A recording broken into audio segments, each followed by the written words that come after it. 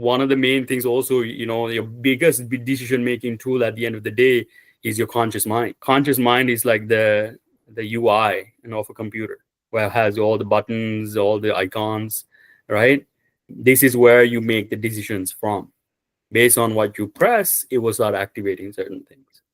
So you can consciously think certain thoughts or believe certain things, and then it will start activating certain things aspect of your rest of your mind. So what I found, the main thing is that the things that even come to your conscious mind, you might not be aware if you have not been used to seeing these things come into your mind. So naturally your mind, or the conscious mind, go through about 8 to 17,000 thought patterns per day.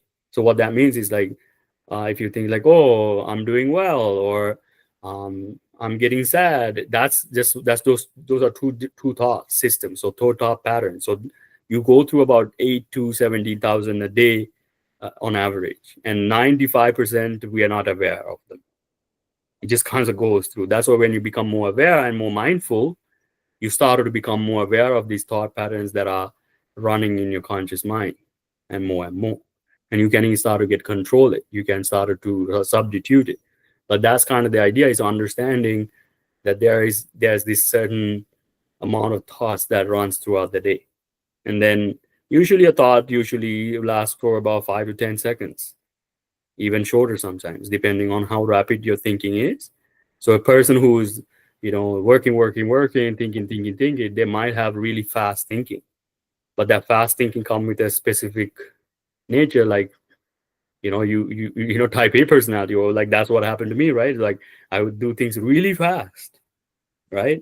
Not slow down. So that made my mind run at a very fast speed, causing anxiety, causing other things, right? So that was one of the things. So when I started to slow down through meditation and mindfulness, you can literally say like, no, calm down, right? Some people get pissed off just hearing that. That means they're going way too fast, right? So one of the things you will see that aspect about the mind is that you can start it to calm it, relax it consciously by talking to yourself. Calm down. It's okay. Not bad. It's okay. It's going well. Then it will naturally start calming the speed of your thoughts, so you can actually see what's going on. So usually you'll see that in early meditations, what I usually do with people is that, starting to go more relaxed, started to calm down their thinking, right? And that's usually the beginning, because if you cannot even pay attention to all the thoughts that's going on, it's hard for people to sit down and meditate. So that's why we talk about this stuff before, so then when you do go to meditate, you know exactly what you're doing, right? And exactly what's happening. So during more and more deeper meditation sessions, you will see that, especially experts, they have literally minimal thought happening. Like within a minute, they might not even have a thought. They might have 1 or 2 thoughts in the whole minute. So being able to empty the mind and the speeds of thinking you become able to handle your mind like a software a lot better. Yeah, and then the next aspect of it is that it acts like a bridge, right? It's integrates information between both the subconscious mind and the superconscious mind, right? So it can access both, but there is one way to again, once you keep digging into the subconscious mind, you will start accessing the superconscious mind. But we'll talk about what the superconscious mind is. I think for me it's a very interesting subject to talk about the superconscious mind. But what I see is that we need to understand really what's the behavior of the conscious mind and the subconscious mind first, before we can get to that level, right? So the more you become aware, the more you come to these sessions, the more you start paying attention to your thoughts, your behaviors, your emotions, even the loss, right? You are naturally becoming more aware and more conscious, right? So we saw here, right? So when you're becoming more conscious, you will start expanding into your understanding your subconscious, right? Again, we have to still understand the consciousness work, but then when you kind of master that and how to make good decisions, you can start looking into your subconscious more, right? And start changing your thoughts and things like that more. Then once you started to get more and more deeper understanding of that, you will be able to tap into what is going on the superconscious as well. Again, don't think Subconscious mind is below you. It is not. It is definitely very powerful, more powerful than the conscious mind, right? So, I mean, again, it's hard to really compare between powerful and power not, but don't think it is something that you need to go down. You need to still meditate and go upwards. Then you started to see that. Okay, so that's a very important aspect. Having more busier mind, right? Having a lot of thoughts, high volume of thoughts, you have a busy mind.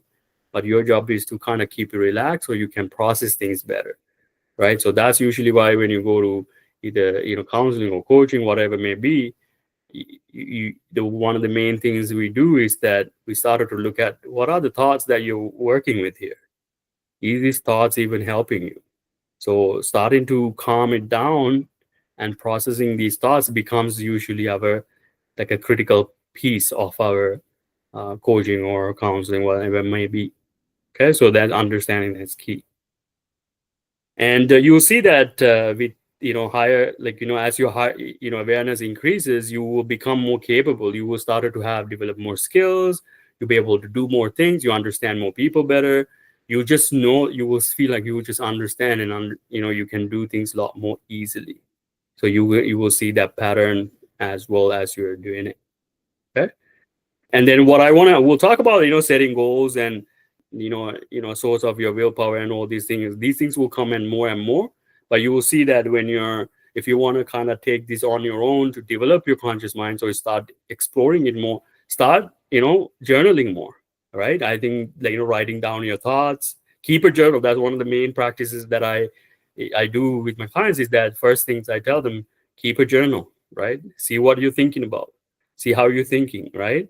So write down your challenges, write down your thoughts, write down your goals, what do you want to do, right? Start writing them down. It's easier to visualize and see it, right? Instead of you keeping these things in your mind. And learning is another aspect of changing the conscious mind, the subconscious mind. Read more books, start with what you love, right? Always go with the joy. The joy is a major one of the GPS systems that is inbuilt to tell you what to do. It's again something I didn't really listen. Letting joy guide their life, right? So one of the things that I can tell you, allowing joy and creativity and love to guide your life is a major find that have helped me going in this journey right now. I didn't always do that, and that's hence I felt misaligned, right? Having issues. So joy is a major factor, like a major GPS that is inbuilt to your system that tells you maybe that's what you should do, right? So start when you're learning, start with what you do enjoy learning. Even same in meditation. That's why I'm not really a proponent of telling people what to do with meditation, because there's a lot of videos on how to meditate online. What I rather you do is like go to the one that is you're most attracted to and see how you feel about that. Okay, so that's one of the major recommendations that I can give you.